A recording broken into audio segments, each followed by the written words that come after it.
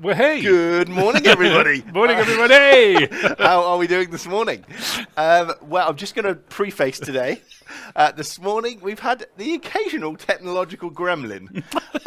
So we would love to be showered in your grace today. We've already prayed copiously. Pretty much everyone's been walking around the building just praying. Please, Lord, make it work. So Martin Whitby, our own Martin Whitby, one of our elders, is on the hot seat today. Well, I can see it on here, and it's going out on my YouTube. There you here, are. You see, so everything's answer good. prayer. Everything's good. Boom. God answers prayers. So welcome to our live stream. We are very, very honoured that you are joining us this morning. My name is Chris. I'm the comms guy here at the church, and this esteemed fellow to my left, your right, is Christopher Porter, our senior minister. So what do you do around here for people that might not know what a senior minister might do? Well, that's really put me on the spot. You didn't tell me you were going to ask me that. Well, sort of notionally, I suppose I have some responsibility. Yes. So I lead the staff team. That's probably the biggest responsibility I have, as well as chairing groups of people who kind of lead the church in all sorts of different ways. So we have a board of trustees, leadership team we call them, who sort of deal with a lot of the finance and policy and all that kind of stuff. Chair that team, chair our elders team, who are responsible for the sort of vision and spiritual health of the church and that kind of stuff. So do that sort of stuff, as well as what ministers in most churches would do, whatever the size of the church was. So I get involved in all sorts of things. Preaching, being involved in, I suppose I have responsibility for the services and overseeing them, all of that kind of stuff. And then some pastoral care of people and all of the normal stuff. Amazing. Do some weddings sometimes, some funerals. But we have a really great team because we're a big church. We have a great team who get involved in all that stuff as well. That's a great answer. I put him really on the spot there. There was no even hint that he was going to get that question. So that was great. That was good. I now feel like I know more. No, I know Chris very well. I know what he does. He's a great boss. He's my boss. Apart from God, he's my big boss. So we are into the second part of this series called Squad Goals. And basically, Chris, how series come about is Chris generally, and Chris and Rob and Alex and the elders, they kind of put together the kind of what we're going to do throughout the year, different series that we're going to do, different topics we're going to cover. And Chris came up with this one about relationships, all about relationships. And then I came along and said, I've got a great name. We could call it Squad Goals. And then everyone said, what? Yeah, you're being really polite. So all the old people went, what's that? To be fair, we understand hashtags. Yes. I'm not that much of a Luddite, so I understand hashtags. Yes. But you said, let's call it Squad Goals, and I said, great, what does that mean? So you better explain what it means, really. Basically, it's a term that's come out of social media. So on social media, if you posted a picture of a group of people that were doing something epic, they were doing something, maybe it's like the Power Rangers in like a stance, or the Avengers, or someone doing something cool, a bunch of dads all like looking after their kids but doing it really well, or a group of mums doing something fun, or basically a group of people, and then you put hashtag Squad Goals, you're kind of saying that people want to be like that. Okay. So it's a group of people that you admire something that they're doing, whether it's funny or thoughtful or helpful or loving or whatever it is, or just hilarious. You're saying, I want to be a bit like them. I admire that trait. So we want to think about that in relation to relationships. What in our relationships is... I've forgotten the word I just literally used, is like admirable, basically. What would we want for our relationships? And that's what this series is all about. Yeah. Well, it fits really well with the series because, like you say, we think about what we're going to be talking about on Sundays in our series quite a long way in advance. And I get to sit down with different groups of people and say, look, what do you think are some of the critical things that we need to address? What haven't we talked about for a while? What do we sense God saying about what we should be looking at? What do we think people need to hear, both people in the church and people in our society and our culture? Because we want to be a church that's not just for people who always go to church, but for people who perhaps are new to the whole church thing or exploring faith. Absolutely. So what do we think people need to hear? And it's just been one of the things that's been on my heart for a long time is relationships are we're struggling with relationships as a society and a culture a lot of the time. We see breakdown in relationships all the time. Some of the pressures that we're under, I think, make relationships more difficult. So we're saying, actually, can we address some of those things? Can we talk about some of those things in a way that's fun, but also that's really helpful, and it comes straight out of what God, who actually as a Christian, I believe is the author of relationships, built us for relationship, the things that God has to say about that. So we're just trying to be simple but not simplistic. Yes. And I think that's really important. These are simple concepts, but they're not simplistic. They're deeply profound. So that's what we're trying to do through this series. So I love the title. I know we joke about it, but I think it's great. I think it's really good. And, and I love all the stuff that goes with it, all the graphics and the imagery and that you've done that goes with it. Look great. So I'm excited. So I get to, this is the first time I've spoken in this series because Alex kicked us off last week brilliantly. Yes. So I get to do that today. Can't wait. Excited about that. So I can see there's some people on the live chat already. Hi to Carl. Vida, the Sutherlands. Good morning to you guys. If you're watching live on YouTube, let us know. Let us know. Give us a little shout out on the live chat there.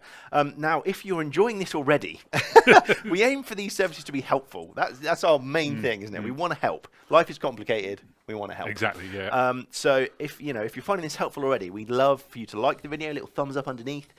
If the subscribe button is red, if it looks like this, that means you have a great opportunity to subscribe to our YouTube channel, which basically means we'll pop up more on YouTube. You'll see us more, and hopefully we can help you more. So yeah, if you want to like and subscribe, that would be wonderful.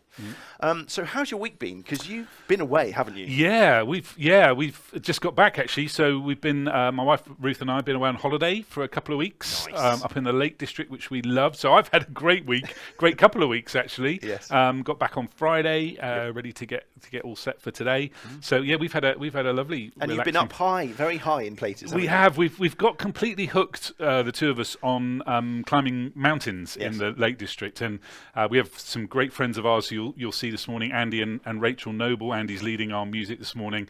They love all that too, and they've been telling us stories about the different mountains they've been climbing, and we've gone, that sounds great, and they've even taken us up some mountains. So we've got completely sort of sold on that idea because we love. The climbing up is pretty hard work, some of these mountains, but once you're up there, it's just unbelievable, stunning. And if you get to climb a mountain where you then get to walk along a sort of a plateau, which we were able to do this time. There's nothing like it, honestly. So we've completely fallen in love with it. Climbed lots of mountains, and we just find that now a great way to relax and refresh. Which is very ironic because when I was a kid, my parents used to take us on holiday to like the Yorkshire Dales and places, and they used to want to get us to walk. I hated it. I didn't like walking, so they had to drag us on these walks. And now I love it. Well, there you are, so our kids are a bit grown up now, so they don't get dragged on those walks. What do the porters do when they're walking? Are you singing like 10 Green Bottles? Are you? No, is it like fun facts? No, not really. We were joking actually that it took us till about because there's just the two of us now because our girls are grown up and moved away. We're joking that it was only on day 10 of the holiday that we stopped having things to talk about. So I don't know what we were talking about, but and a lot of the time when you're climbing up the mountains, I can't talk. I'm just concentrating on breathing. That's the limit of my capabilities. Stay alive, please God. So there's not a lot of talking on the way up, but I don't know why. I mean, we're chatty people, I guess. Love it. So we just loved catching up, chatting, great, excellent, talking about the future, all of those things. Love it. Lovely. Right, we've got about 2 minutes left till our service. So what about begins. you though? That's about my week. What about you? You've been here working really hard while I've been chilling out. There's been a little bit of work and a little bit of the boss is away. I feel like we're cruising into half term. Okay, I think we're going to hit the ground at half term.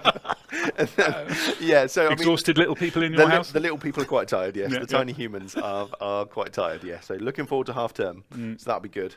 That will be good. I'll take some time off and just do some stuff. Got a few jobs around the house I need to get done. I noticed this, that like almost the entire staff team are all taking time off over half term, so they're getting revenge on my 2 weeks by saying, well, basically, here you are. Yes, here is the ship. We're all off now. You can drive it and go up the mast and...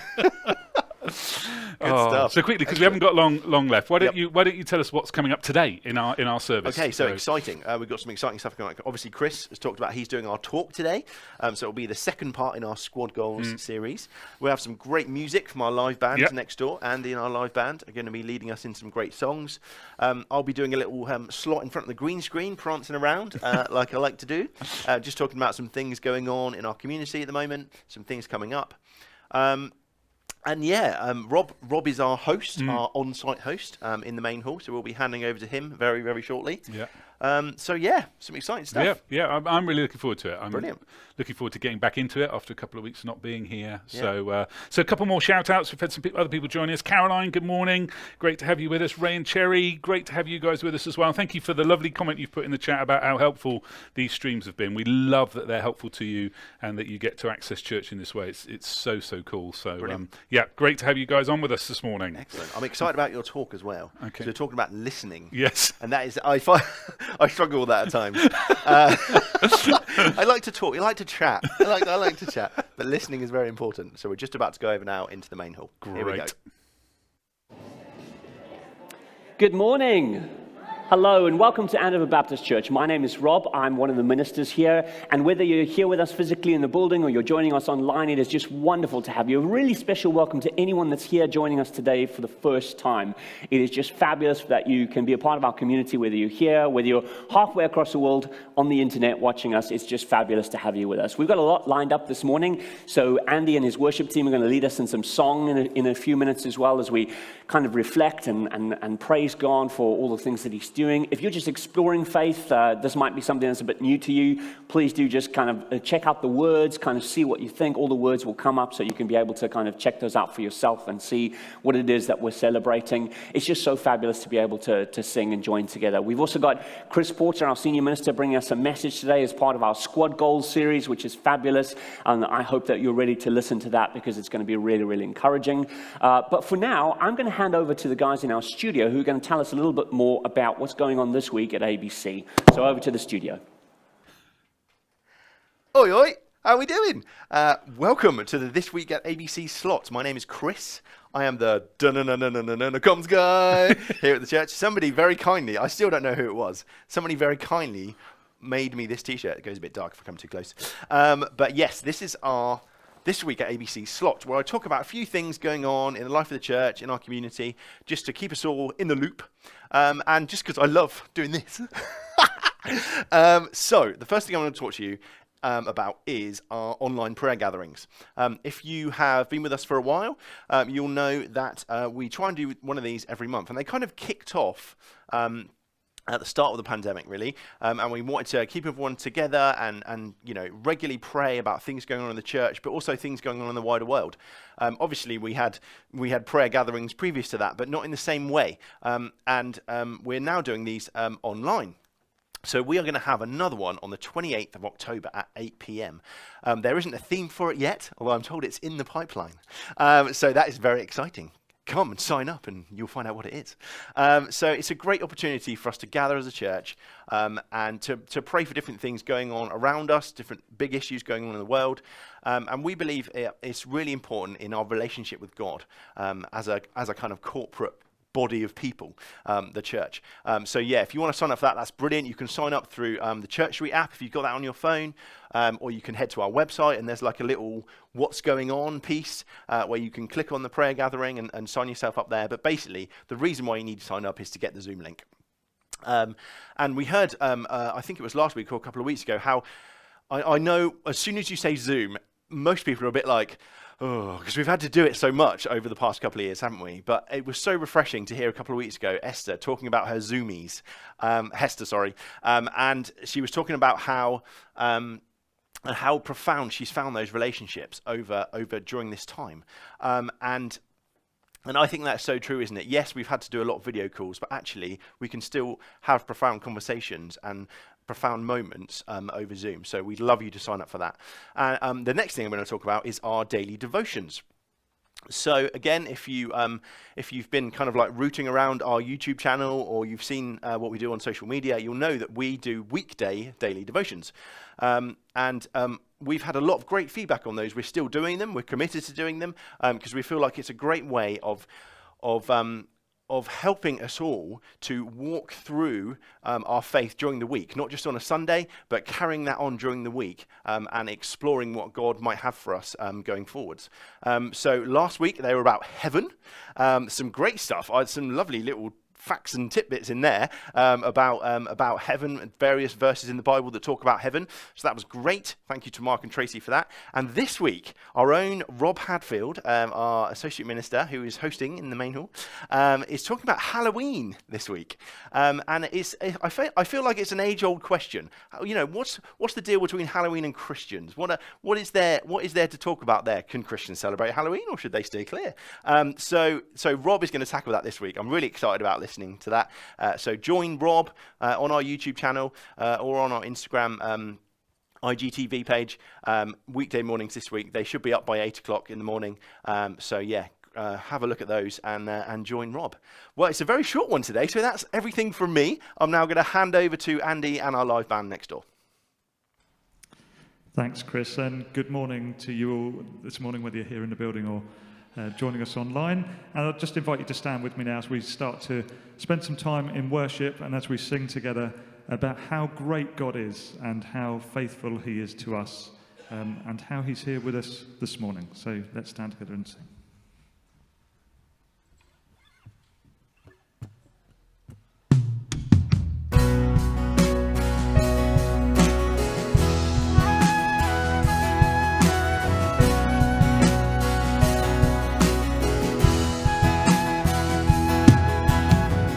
My foes are many, they rise against me, but I will hold my ground. And I will not fear the war, I will not fear the storm. My help is on the way, my help is on the way.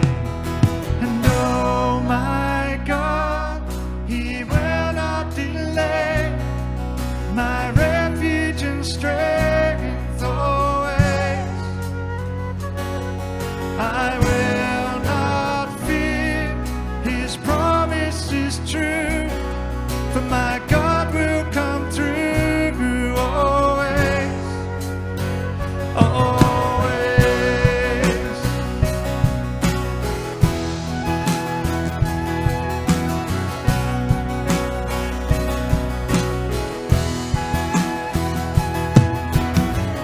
Trouble surround me, chaos abounding, my soul will rest in you. And I will not fear the war, I will not fear the storm. My help is on the way, for my help is on the way. Oh my God, he will not delay, for my refuge and strength always.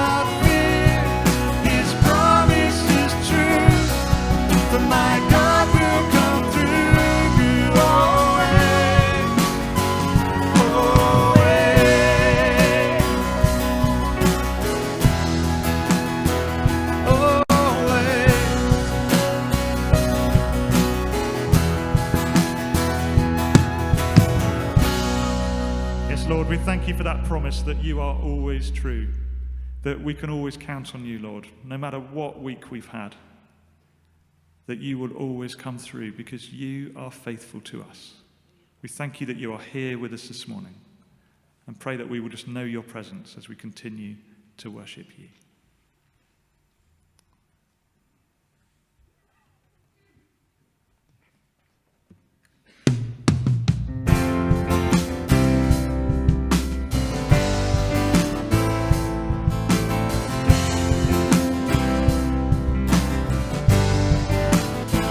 I count on one thing, the same God that's never fails will not fail me now. You won't fail me now, and in the waiting, the same God who's never late is working all things out. You're working all things out. So yes, I will lift you high in the lowest valley. Yes, I will bless your name. Oh, yes, I will sing for joy when my heart is heavy and all my days. Yes, I will.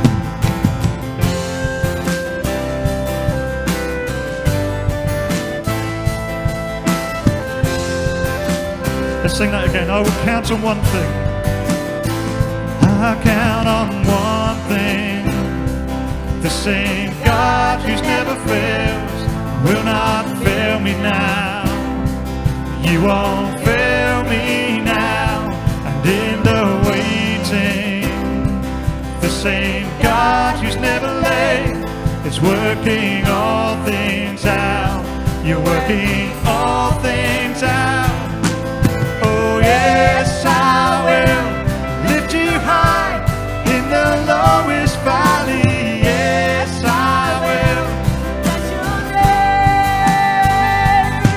Oh yes, I will sing for joy when my heart is heavy for all my days. Yes, I will for all my days. Yes, I will, and I choose to praise, to glorify, glorify the name of all names, that nothing can stand against. I choose to praise, to glorify, glorify the name of all names, that nothing can stand against. Yes, I choose to praise, to glorify, glorify the name of all names, that nothing can stand against. Oh yes, I will lift you high in the lowest valley. Yes, I will bless your name. Yes, I will sing for joy when my heart is heavy and all my days. Yes, I will for all my days. Yes, I will for all my days. Yes, I will.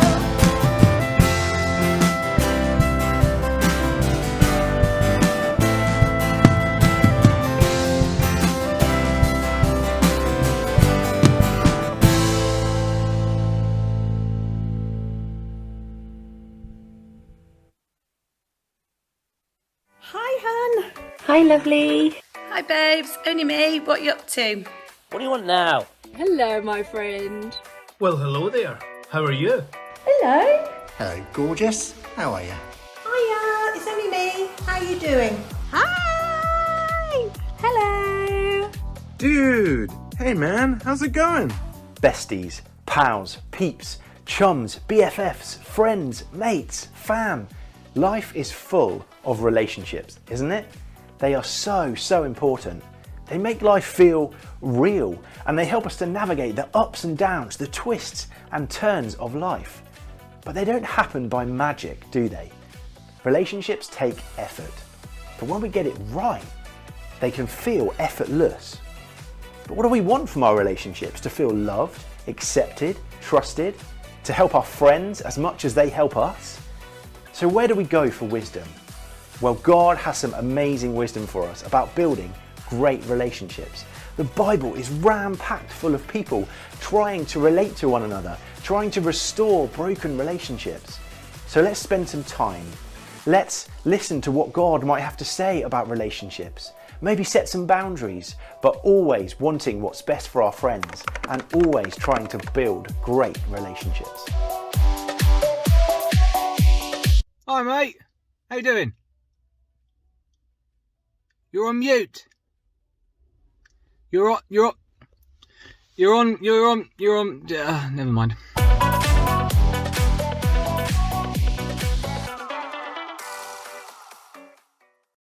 Good morning, everybody, and it's great to see you. Great to see those of you who are here in the building this morning. Great to have those of you who are with us online as well today. Lovely to have you with us, whether you're live online or whether you're catching up a little bit later on demand. It's great to have you here. If we've not met before, my name's Chris. I'm the senior minister here at Andover Baptist Church, and if this is your first time with us, either online or in the room, you are so welcome.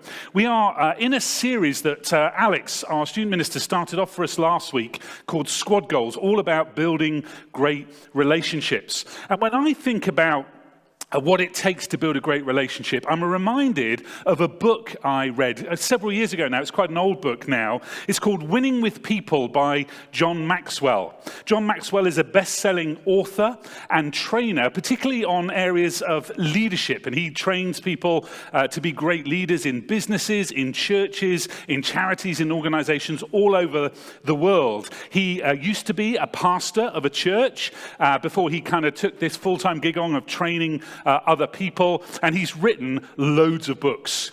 But this is my favorite, and this is my well-thumbed copy of Winning with People. And I realize that a number of reasons why I love this book. One is because it's really easy to read, because it's just full of principles, around 25 different principles for building great relationships, for winning with people. I really recommend this book. These principles are really great ones and very easy to remember. Some of these principles that are in this book include things like this: the lens principle, which says how we see ourselves so often determines how we see and interact with others. There's one called the pain principle.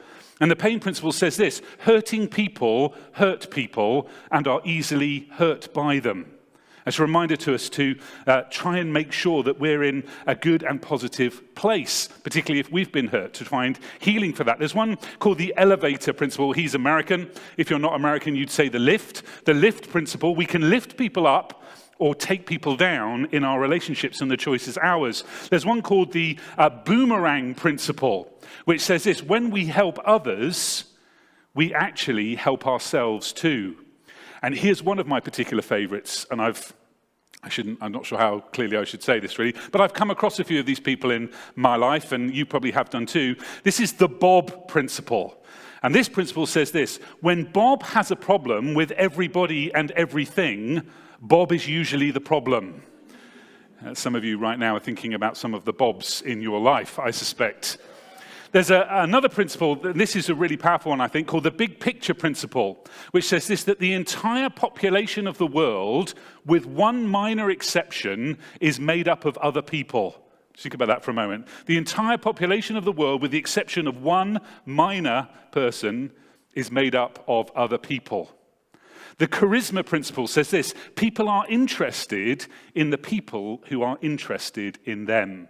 People are interested in the people who are interested in them. You know, there's so much great wisdom and so much truth in these principles. And the last one of those, this idea that people are interested in the people who are interested in them, is a really important principle. Really wise. Think about that for a moment. Think about the people who you value having in your life. Think about the greatest relationships in your lives, whatever they might be: friends, family, brothers, sisters, aunts, uncles, grandparents, parents, whoever they might be. The greatest relationships you have in your life, think about those for a moment. What makes them great? And I bet it has at least something to do with this: that those great relationships with those other people are great because those people are interested in you, and hopefully you are interested in them. You know the other person is interested in you, and you're interested in them too. Have you ever tried to have a relationship with someone who isn't the least bit interested in you? That's really hard work, isn't it? Really hard work. And you can't be interested in other people unless you listen to them. And the world around us, and I've talked about this a number of times over the last year or so, because this is something that's just striking me over and over and over again. The world around us is increasingly exerting on us a gravitational pull towards self-absorption. The world around us is increasingly exerting a gravitational pull upon us to becoming more interested in ourselves and less interested in other people. And the art of truly great listening is becoming a lost art, because we're being encouraged to speak first, think second, and listen third. That's what we're being encouraged to do all the time. And it's maybe why relationships are increasingly proving so difficult to sustain. Maybe why relationships are increasingly breaking down in our culture in our day. Because if we become more interested in ourselves than we do in other people, it's going to make relationships really hard. And in this series that Alex kicked off really brilliantly for us last week, we're trying to establish some principles for building truly great relationships. We're trying to talk about some building blocks that will form the foundation of great marriages, of great friendships, of great working relationships, of great parenting, of great dating, of great group dynamics and socializing with others. We're trying to talk about these building blocks that make up these foundations for these great relationships. And Alex last week talked about time and the importance of time as a building block for a great relationship. And today is the second part of our series, and I'm talking about listening, this art of listening as a really important building block in the foundations for better relationships. If you want great relationships in your life, if you want the relationships in your life to be better, if you want to be a better friend, if you want to be a better husband, a better wife, a better partner, a better parent, a better work colleague, a better grandparent, a better aunt or an uncle, if you want to be a great person to have a relationship with, then you need to know about these building blocks, and you need to be implementing them in your life. And while they may be simple, they are definitely not simplistic. And while they may be easy to remember, they are not always easy to do. And whilst they may sound like, oh yeah, well of course I know that, they are deeply profound and changing to our lives and to our relationships if we implement them. And they are hugely important, and they are, I think, on the decline. So we need to invest in them. And the really great news is that these principles are equally valid whether you've been a Christian for years and years and years, or you're brand new to this whole thing, or you're exploring faith. You're not quite sure what you believe about all this stuff yet, not sure about God. They are equally valid. This wisdom that we're sharing over these next few weeks together are equally applicable to all of us. We are all in the same boat here, and these principles are not limited to just one kind of relationship. So it doesn't matter whether you're a parent or not, whether you're married or not, whether you're single, whether you're engaged, whether you're dating, whether you're whatever your work situation is, whether you're retired, whether you get together with big groups of people or small groups of people, whether you've got loads of friends or just a few friends. It doesn't matter. This is equally applicable to all of us and to all of our relationships. And you know, God is passionate about our relationships because he built us to need relationship. He built us in his image, and he is the God of relationship because he is the God who exists as Father, Son, and Holy Spirit in relationship together. So God made us for relationship, and he has loads of help to us about how we figure out how we build better relationships. So to work out today how we invest in this building block of great listening, to work out how we can be truly great listeners, I want to turn to some of God's wisdom, and it comes in the form of some ancient sayings. Some really ancient wisdom that's included in the Old Testament part of the Bible in a book called Proverbs. And if you've not come across this book before, this book of Proverbs is a book full of wisdom sayings. ancient wisdom sayings. And these phrases, these couplets that often Proverbs come along in, are inspired nuggets of God-given wisdom. And one of the chapters of the Old Testament book of Proverbs takes us on a journey, I think, from selfish isolation to brilliant relationship. From being alone and somebody that nobody wants to know, to being somebody that everybody would want to know. And it comes to us in chapter 18 of Proverbs. It takes us on this journey from a lousy relationship to a really great one. This journey, all through this chapter, has these little couplets, these little wisdom sayings in it that contain this great wisdom. And I passionately believe it's still just as relevant today as it was all those years ago when it was written.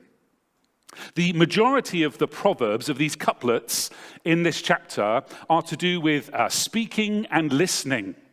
And all of them are concerned with the things that would damage and destroy relationships if we allowed them to run amok. Now, if you want to follow along, you might want to look up Proverbs chapter 18 if you've got the YouVersion Bible app or something similar on your phone or your tablet, or if you're at home. If you've got a Bible, you might want to open to that. If you want to just listen, that's fine, because it's all going to appear on the screen here. If you want to follow along with our blog, which is on our website, it contains some notes from today and a link to this Bible passage, so you can look that up on our website as well, either now or later on if you want to do that. But I'm going to read a few verses from Proverbs chapter 18. I'm going to start in verse 1. So the beginning of this journey. See what you think about this person and the way they relate to other people. Proverbs chapter 18 verse 1 says, "An unfriendly person pursues selfish ends, and against all sound judgment starts quarrels." So this chapter starts by telling us about an unfriendly person, somebody who is selfish, who pursues meaningless quarrels, who isn't interested in other people, and they're politely called an unfriendly person. But now look how the chapter ends. This is the last verse of chapter 18 of Proverbs, verse 24. "One who has unreliable friends soon comes to ruin." So begins with a warning that we need good friends. If you have unreliable friends, it's going to lead to ruin. But there is a friend who sticks closer than a brother. So we start the chapter with this unfriendly, selfish person. We end the chapter with us being asked to imagine a friend who sticks closer than a brother. Somebody who we would want to have a great relationship with. So this reminds us how important it is to have great relationships. We finish with a friend who is the complete opposite of the selfish, unfriendly, quarrelsome person we encounter at the beginning of the chapter. So what happens in between? We're being asked at the beginning of the chapter to picture in our mind's eye this unfriendly, selfish person. By the end of the chapter, we're being asked to picture in our mind's eye a friend who sticks closer than a brother, a great friend. What's the journey? What happens in between? Well, we're going to have a look. But we're going to go back to verse 1 just briefly, because the original language that this was written in, this unfriendly person, is literally a separated person. Somebody who is separated from others, who simply seeks their own desires, who isn't interested in anybody else. Their selfishness separates them from other people. That's what that meant. You know, people who have no thought or concern for others, people who have no thought or concern for other people's needs, isolate themselves from other people. See, selfishness and self-absorption drives a wedge into a relationship. Selfishness and self-absorption drives a wedge into a relationship. And it makes a relationship really hard. As does quarreling, and particularly quarreling about things that don't matter. Now, I don't know about you, but I can think about some of the relationships in my life, and I can think sometimes I'm a human being, we're all human beings. We might end up in a bit of a quarrel. And I think partway through that quarrel, how important is this really? Are we really arguing about this? Is this really important in the big scheme of things? We're all subject to this from time to time. I'm desperately trying to avoid my wife's eye, who's sitting just down here at the moment, because I know she's nodding right now. But you know, this happens to us all the time. We all do this, don't we? But actually, you know some people, I'm sure, and let's hope we're not like this, who just want to start a quarrel for the sake of starting a quarrel.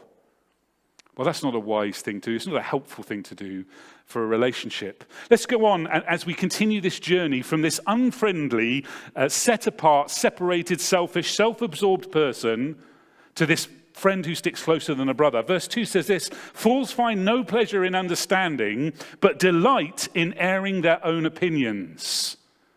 Even as the unfriendly person of verse 1 goes against all sound judgment to start quarrels, so this fool delights only in airing their own opinions without making any attempt to understand or to relate to somebody else. This person doesn't take the time to listen or to understand. Instead, they simply delight in the sound of their own voices.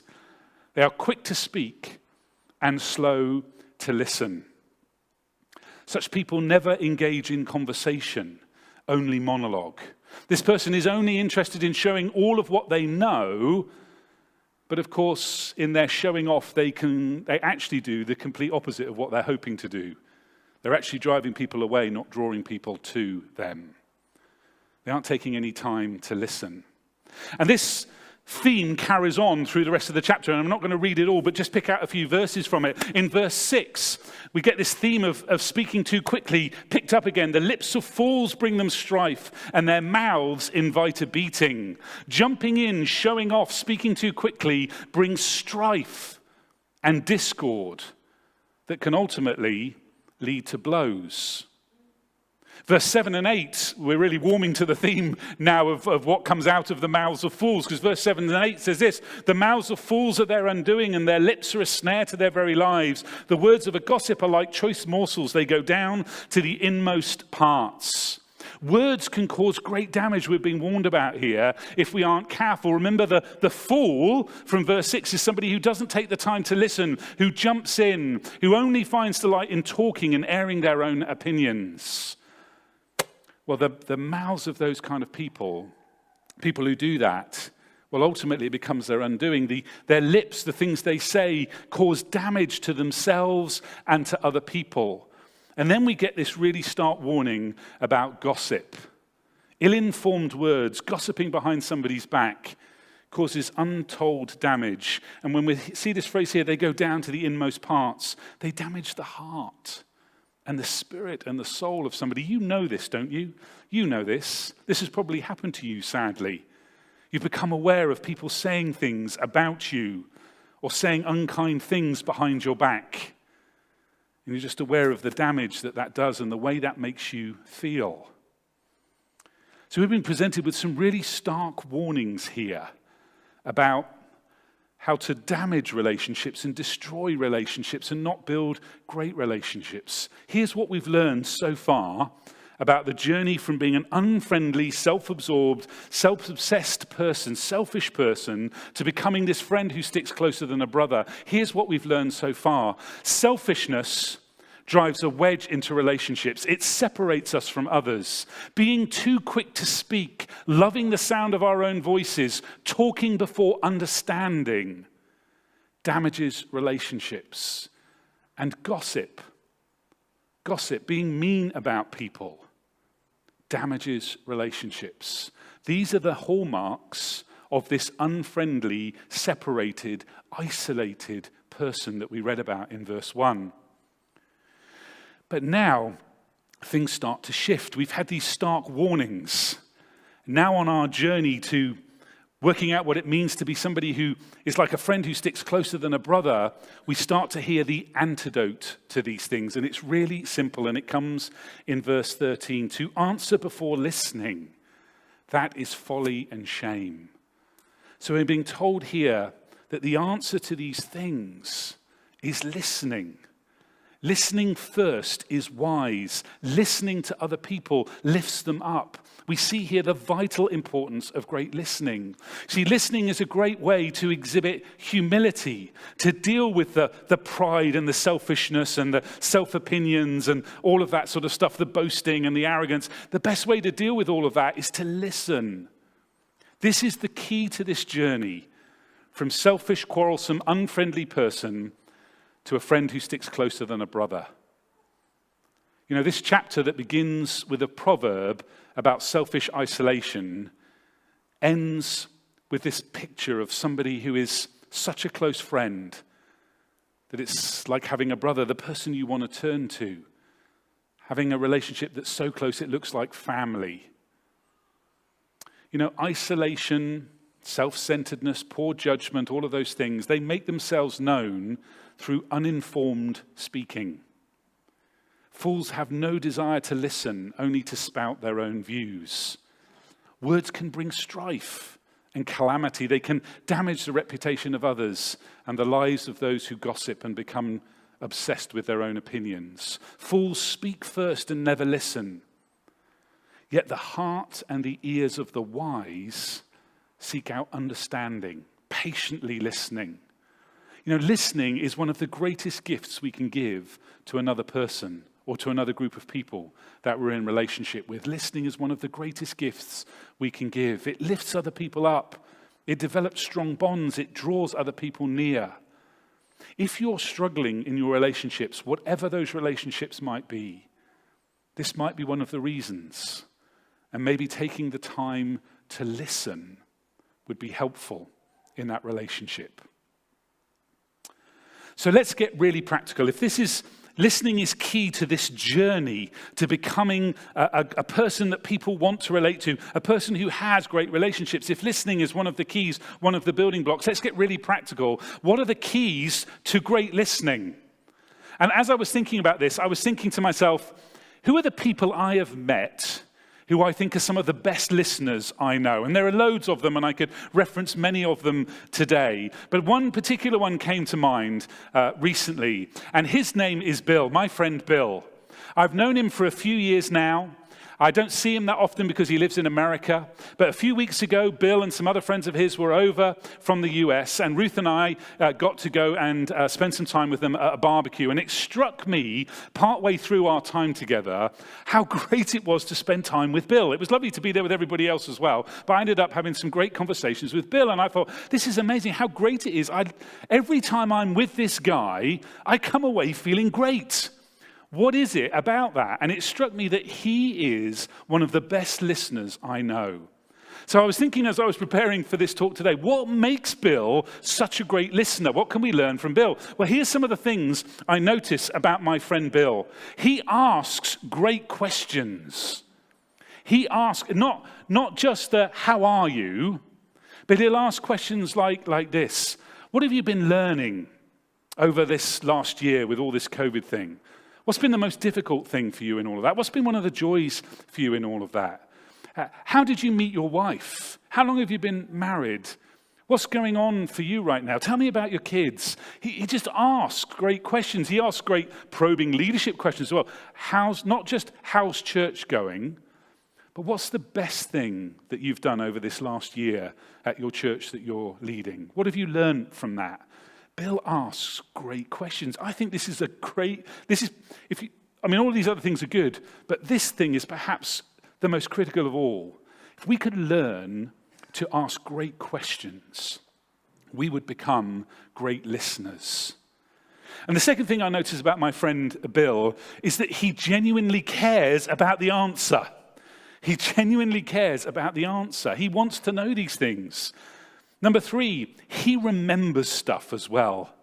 You know, I don't get to see him that often, and I'm sure he meets loads of people, but when I see him, he remembers what we talked about last time we were together. He remembers some of the answers I've given to those questions. He has a wicked sense of humor, my friend Bill, and we've enjoyed many laughs together. If you can share laughter, he's quite self-deprecating, he doesn't mind laughing at himself. And actually, that's one of the joys of being with him. And actually, that's part of the list. If you're laughing together, you're listening together. And the last one, he makes time. And Alex really unpacked this last week, so I don't want to talk too much more about that. But he makes time for people, makes time to listen to them. There are probably other things you can think about from your own experience. You're probably thinking right now about some of the people in your life who are the best listeners that you know and what you can learn from them, and that's great. But these, I think, are a great start to the art of great listening. And by the way, they are all deeply rooted, God-given principles. I haven't got the time now to unpack all the different ways that God encourages us to do these things and very often commands us to do these things if you're a Jesus follower, but they are rooted and established in things that we could pick out over and over again from the story of God that would reinforce these as deeply rooted, God-given principles. Now, right about now, I reckon you've got a question in your mind. Many of you who are listening to this today, you've got a question in your mind, and it goes something like this. Chris, if I become a really great listener, aren't I going to spend all my time listening to everyone else? Who's going to listen to me? I won't ask for a show of hands about who's got that question running through their mind right now, but I reckon some of us have. The answer, I think, is really simple. If you're a great listener, you will have great relationships. And when you need people to listen to you, they will be there because they know that you've been there for them. If you have great relationships in your life because you have been a great listener, you are a great listener. When you need to be listened to, there will be people there to listen to you. See, because the best way to ensure you have great friendships is to be a great friend. The best way to ensure you have a great partner is to be a great partner. The best way to ensure you have a great relationship with your kids is to be a great parent. And the best way to be a great friend, a great partner, a great parent, a great aunt, an uncle, a grandparent, a brother, a sister, the best way to be great at those relationships is to take those God-inspired building blocks to great relationships of time and of listening and the other ones that we're going to be talking about in these next 2 weeks and ensure that they are the foundations of your relationships. So I want to challenge each and every one of us today, whether you're watching with us online today, joining us online, or whether you're in the room today, I want to challenge each and every one of us to do something this week that grows us in our capacity to listen. To find somebody who you relate to, somebody who you want to have an even better relationship with, and ask them some great questions. Spend time with them. Show that you genuinely care. Give them a ring or even drop them a letter. Do something this week to take the time to genuinely listen to somebody else. Because, when we're on this journey and let's be honest, all of us are like this sometimes, from selfish and self-absorbed to being like a friend who is closer than a brother. When we're on that journey, listening is the key. Let's pray together, shall we, if you join me.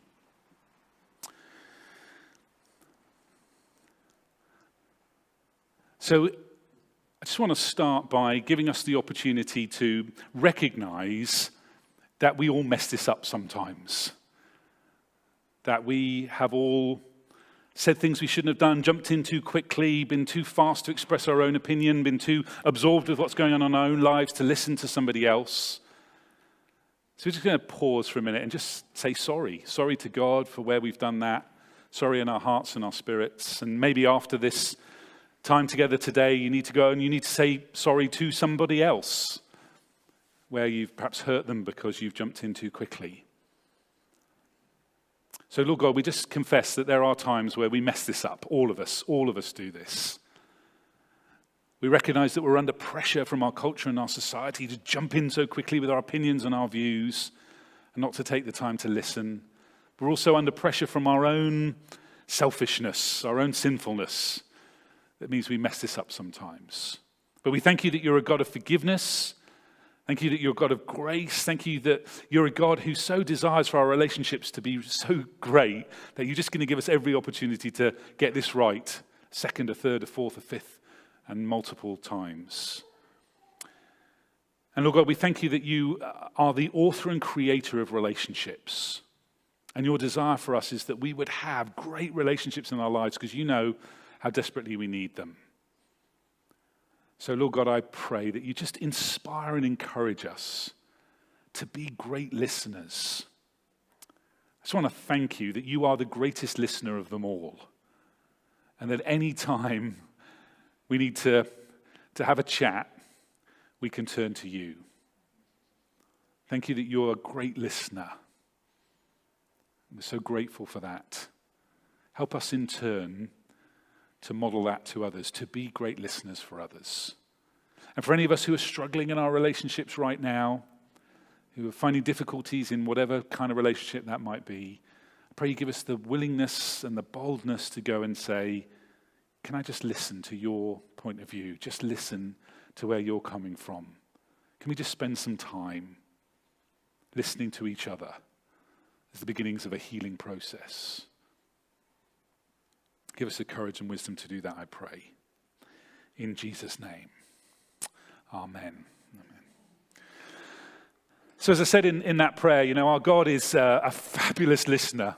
And one of the things we get to do is to tell God about how we feel about him, to connect with God. And one of the ways we love to do that is through our song worship. So Andy and the band are going to lead us as we sing some songs to just draw us again into that closeness of relationship with God from which all our other relationships follow. Thanks, Andy.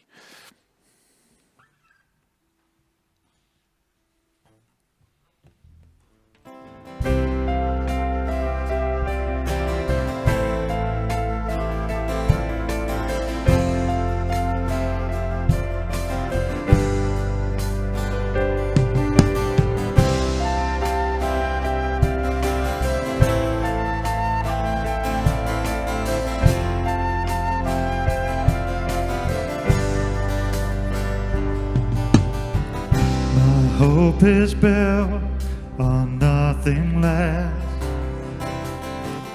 than Jesus' blood and righteousness. I dare not trust the sweetest frame,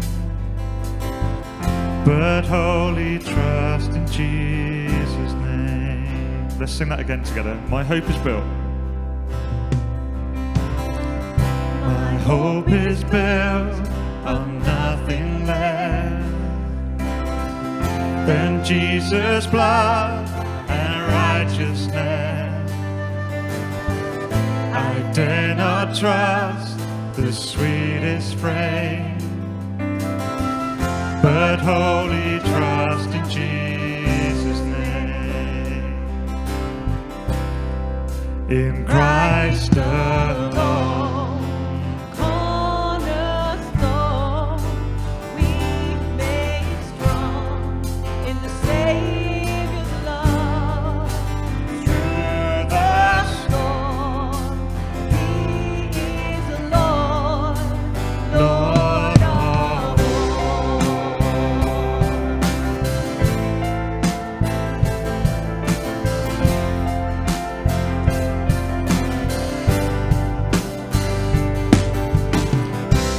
darkness seems to hide his face, I rest on his unchanging grace. In every high and stormy gale, my anchor holds within the veil. My anchor holds within the veil.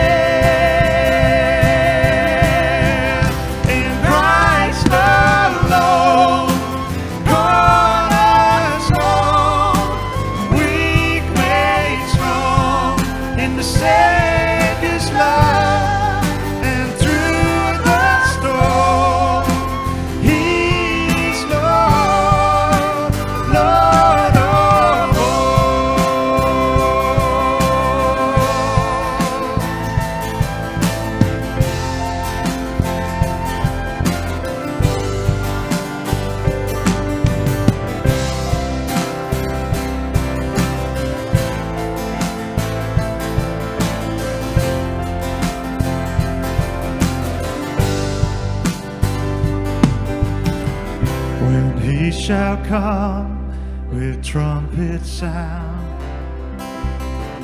Oh, may I then in him be found, dressed in his righteousness alone. Faultless I stand before the throne.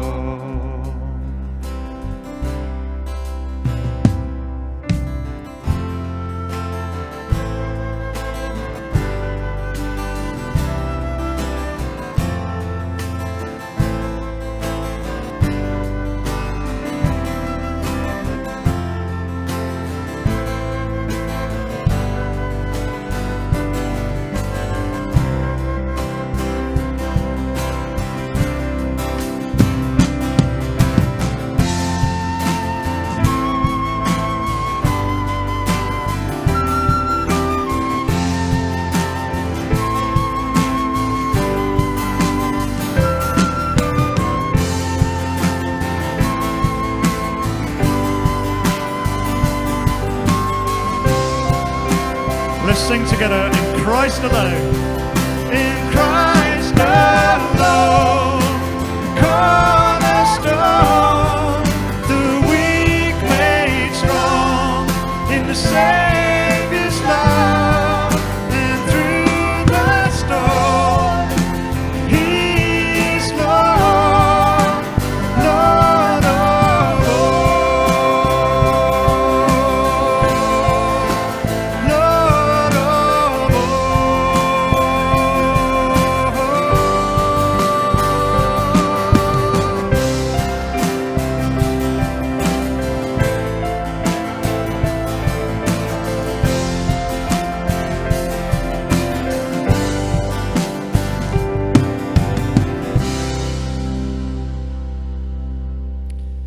Lord, thank you that you are the perfect example. Help us to trust in you. Help us to be the friend that you were and the friend that you are to those around us as we trust in you.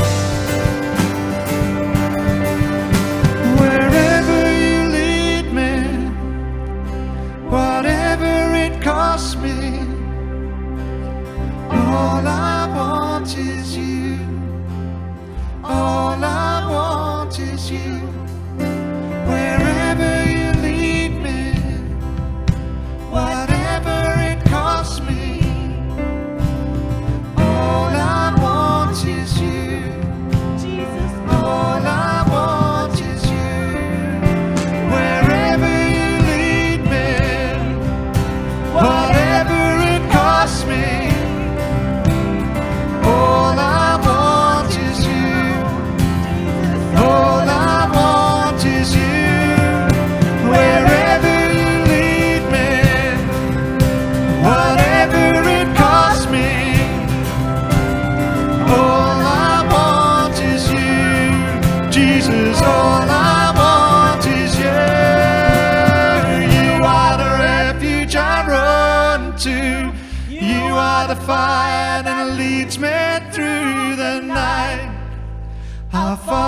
you anywhere. There's a million reasons to trust you, and nothing to fear, for you are by my side. I'll follow you anywhere. You are the refuge I run to. You are the fire that leads me through the night, and I'll follow you anywhere. There's a million reasons to trust you, and nothing to fear, for you are by my side. I'll follow you anywhere. Follow you anywhere.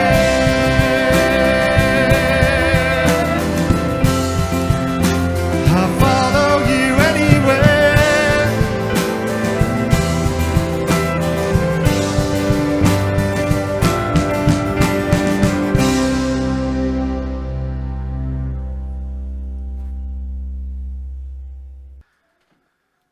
Okay, wowzers. Yeah. What a service we've been having so far. I'm going to say it was a great talk. Thank you. might be I very hope it humble was about helpful to But people. no, yeah, I think, and really practical as well.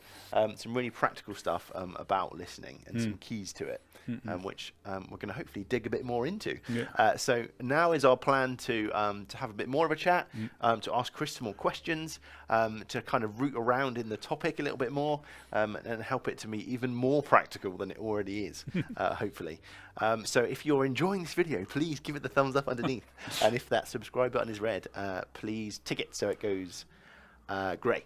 That would be absolutely wonderful. So let's dive into some questions then. So you talked a lot about different types of relationships as well, so I think that's really important in this series, that we think about the different types of relationships, not just kind of like husband and wife or boyfriend and girlfriend or whatever, or partners necessarily, but friends as well, and those friendship relationships that are really important in our lives. What for you, obviously I know what you're going to say is your probably your most important relationship, but what are some of the greatest relationships that you've had?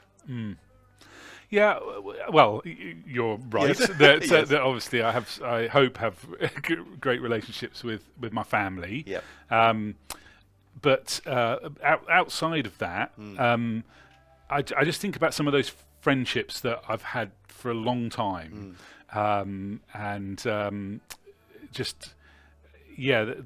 sometimes I think longevity is a really important thing, isn't it? Because when you know somebody so well that you get each other straight away. So when I think about some of the greatest relationships outside of my family in my life, I think about some of those long-standing friendships.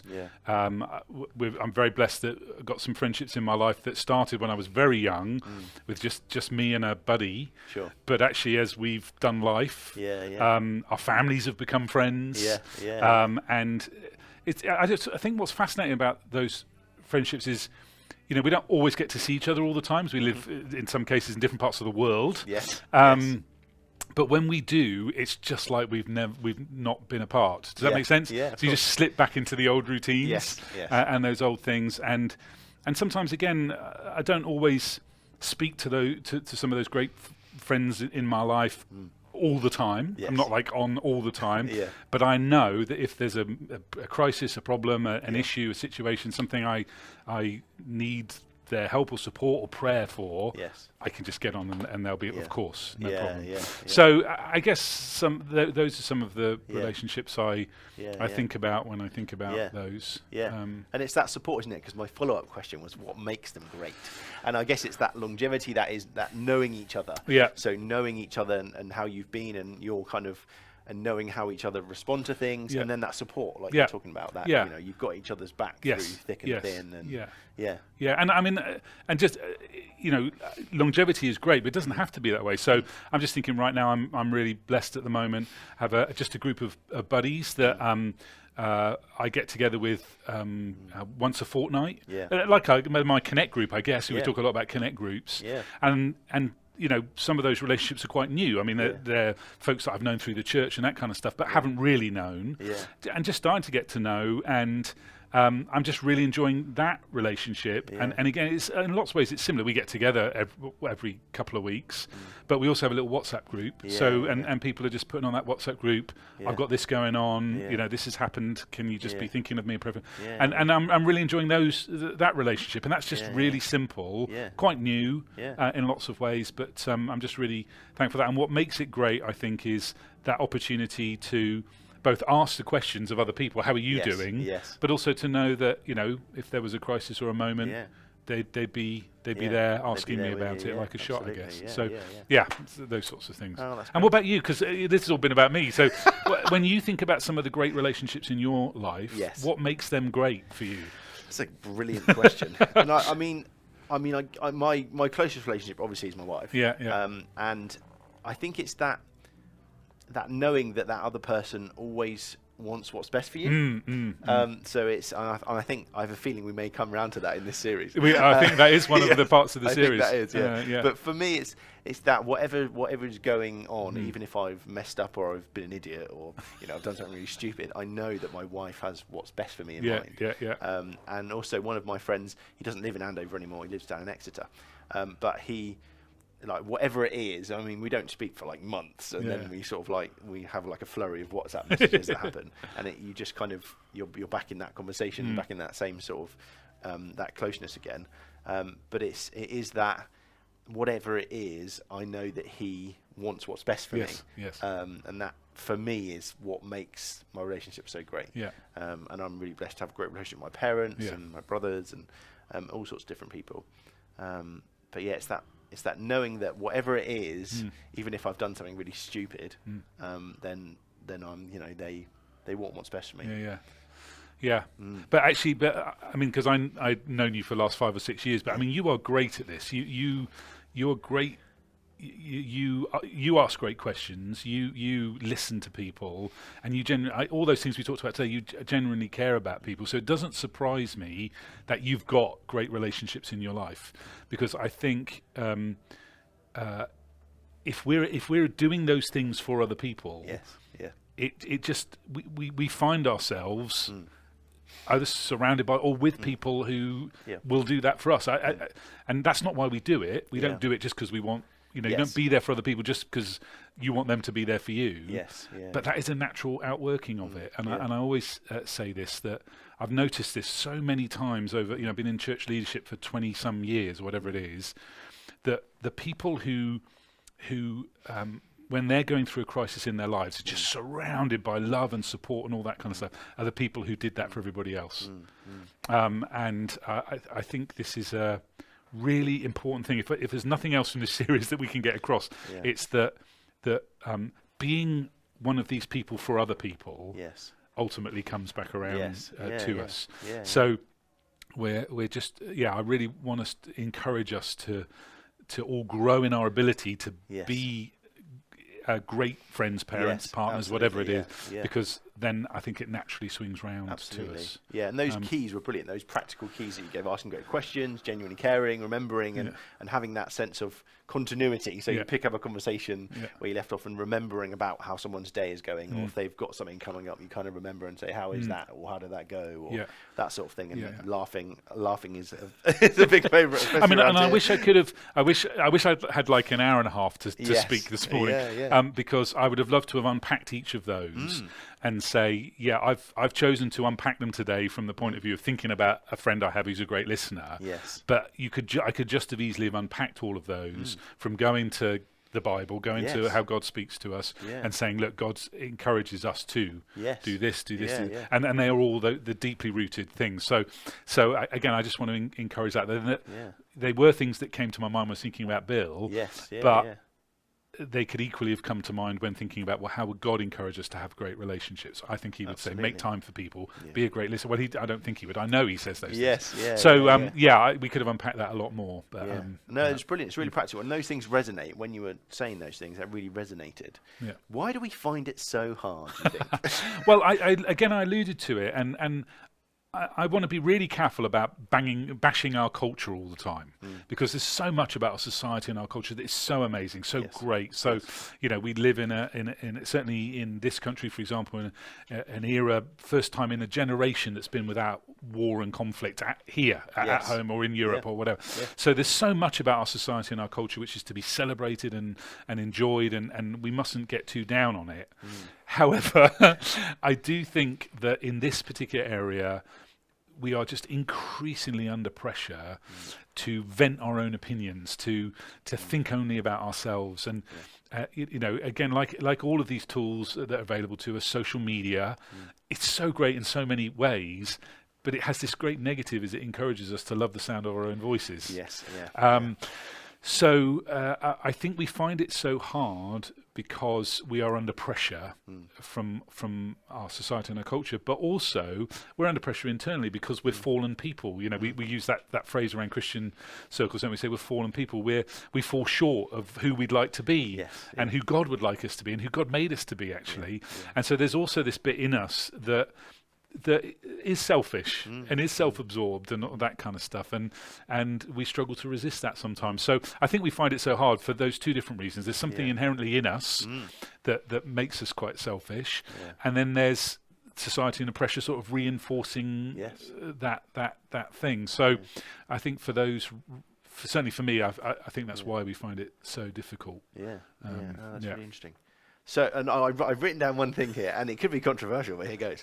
So, do we think that men or women are particularly more well-suited to listening? I don't know. I think I find in my life, there seems to be equal amounts of good listening men and women. And sometimes people talk more than they should. Anyway, let us know in the live chat. We're not going to say anything about that, are we? No, but you could say that. I think other than that, I would say this. I've known men and women who are great listeners and great talkers. Yes. I'm a man, so I can only speak from a male perspective. Yes. I think sometimes men, and I'm only speaking for men because that's who I know, find it difficult to open up to other men, to be opened up to. Yes. Because sometimes a man tries to share something sort of quite intimate with us. We're like, I don't know about that, man. What do I do with that? I'm just trying to drink my beer. Will you, whatever. So as a man, I think sometimes we find that difficult. Yes. But then what's also really interesting to me is over the years I've either led or been a part of a number of men's connect groups in churches, and I thought, this is going to be hard work. We're going to get these blokes together. I better have a number of things that we can talk about because we're not going to fill an hour and a half of conversation. Yeah. And I've had completely the opposite. Yes. You can't shut them up. Yeah. So I think there's different people, but we do need to encourage one another to be more open and to share with one another. Definitely. And listening is a great place to start with that. Absolutely. Good stuff. Brilliant stuff. Well, I think now we are going to be thinking about some next steps that we could take from today's service. It's really important for us to keep moving forward, even if it's just tiny little tiptoes in our spiritual journey, just so we keep experiencing God, listening to God, hearing from God, and moving forward in our walk of faith, really. So you mentioned this in your talk. Tell us a little bit about this book. Winning with people. So just to really encourage people into this, to take this as a simple, easy next step. It's available as an audio book. So if you're a listener more than a reader, there's like a study book, like a workbook. So you could do it in a connect group. You could go through it. You can dip in and out of it. So I think that'd just be a really great next step for people, is to pick up this book, Winning with People, in whatever format you pick up books in, I'm guessing you're on YouTube right now. If you're watching this a little bit later on, you can go to YouTube and see if you can find John Maxwell talking about it. I'm sure there'll be a video of him talking about it on YouTube. So encourage people to engage with that. I think this is really helpful and very easy to grab hold of material. So. Brilliant. Next, we're going to talk about something that we can all do in different relationships in our lives and at different times, maybe over the dinner table or maybe you sat with friends, or any time where you want to have a slightly more meaningful conversation, I guess, and talk with people and practice that listening. Because I feel like it's also something we should practice definitely. in our relationships, even if we're really bad at it to begin with, just to get in the habit of it. It's something we're calling highs and lows. You're really good at this. I think you should explain what this is. Well, I was just thinking about simple ways to ask great questions. If one of the keys to great listening is to ask great questions, and I'm sure that's kind of almost like the most important key, what are some great questions that we can ask, either of other people, of friends, of groups of people that we're with, if we're maybe we're out having a beer with some mates or whatever, or with our families around the dinner table or the lunch or whatever it is. Ask people this: what's been the highest point of your week? What's been the best point of your week? What's been the lowest point of your week?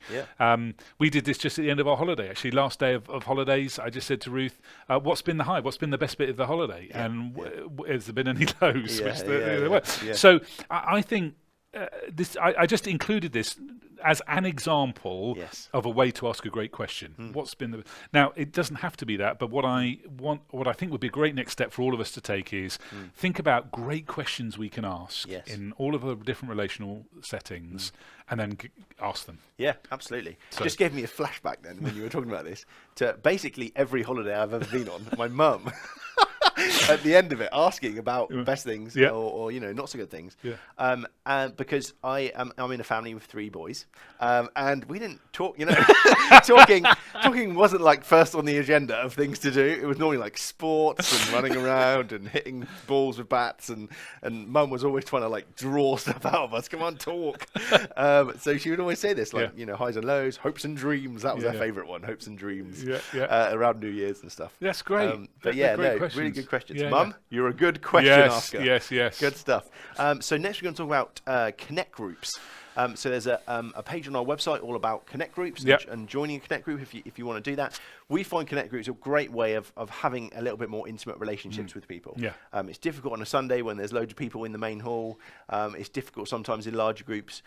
So it's great to meet in smaller groups, talk about faith, talk about when the rubber hits the road with our faith, how that stuff goes, the day-to-day, the weekly, highs and lows. All that sort of stuff. We find Connect groups a great way of having those conversations and making friends and having those relationships. So if you want to join a Connect group, head to our website. If you scroll down the page a little bit, there's some different groups listed there that you can click on to join if there's numbers available. So that is a great thing to do. So tell us about the marriage and Sorry, I just thought I ought to explain why I'm having a bit of a giggle here. Not because Connect Group, because somebody just walked in through the door and goes, "Wow, this looks great." I don't know whether you picked that up, but that was so funny. Anyway, sorry.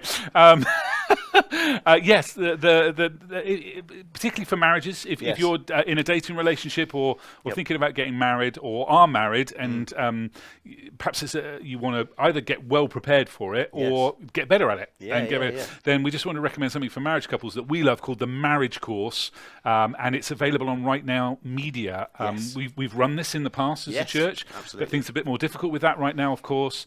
But it's amazing that all that material is available on Right Now Media, which we as a church and people who are part of our church can have access to. So if you're not on Right Now Media yet and you'd like to be, just message us and we'll get you on that. But that might be a great thing for you to do as a couple. Yes, absolutely. And it's for people who come on site, but also people that are part of our community online. So if you only ever watch us online and link in with things online, you can still have access. So that is really awesome. But you can just do that at home, couldn't you? The marriage stuff or the pre-marriage stuff, you could just watch it at home with your partner, and then that's great. Good. Brilliant. So the last one we're going to talk about, is the next step for families. Obviously you can do the highs and lows thing from earlier with your family, but this one is a bit more family orientated. So it is a pair of books called Growing Up God's Way. There's like a boys version and a girls version. And this has been recommended to us by one of our families at the church here. We do need to caveat it, don't we? So for parents, be aware there is some helpful stuff in relation to slightly more the intimate side of relationships. Sex, Chris. It's sex. Okay, good. I was trying to do it for little ears. But yes, there is some sexual education materials in these books.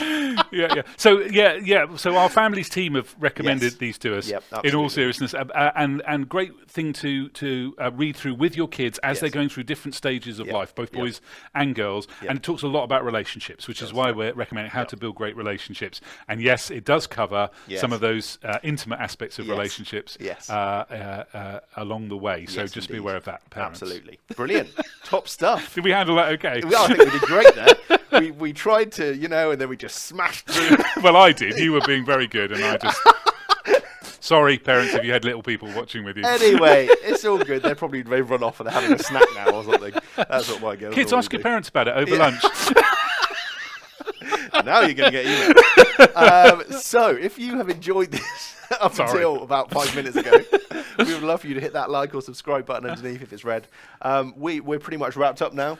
I think so. Love it. We would love it if you would join us again next week. Obviously, we've talked about day devotionals that are going on throughout this week. If you want to get in touch, want prayer for anything or support in anything, please get in touch with us via social media or email or phone or whatever. We would love to support you in that way. But yes, we'd love to see you again. See you next week for the next part of the series. Top stuff. Yeah. Brilliant. Take care, everybody. Take care.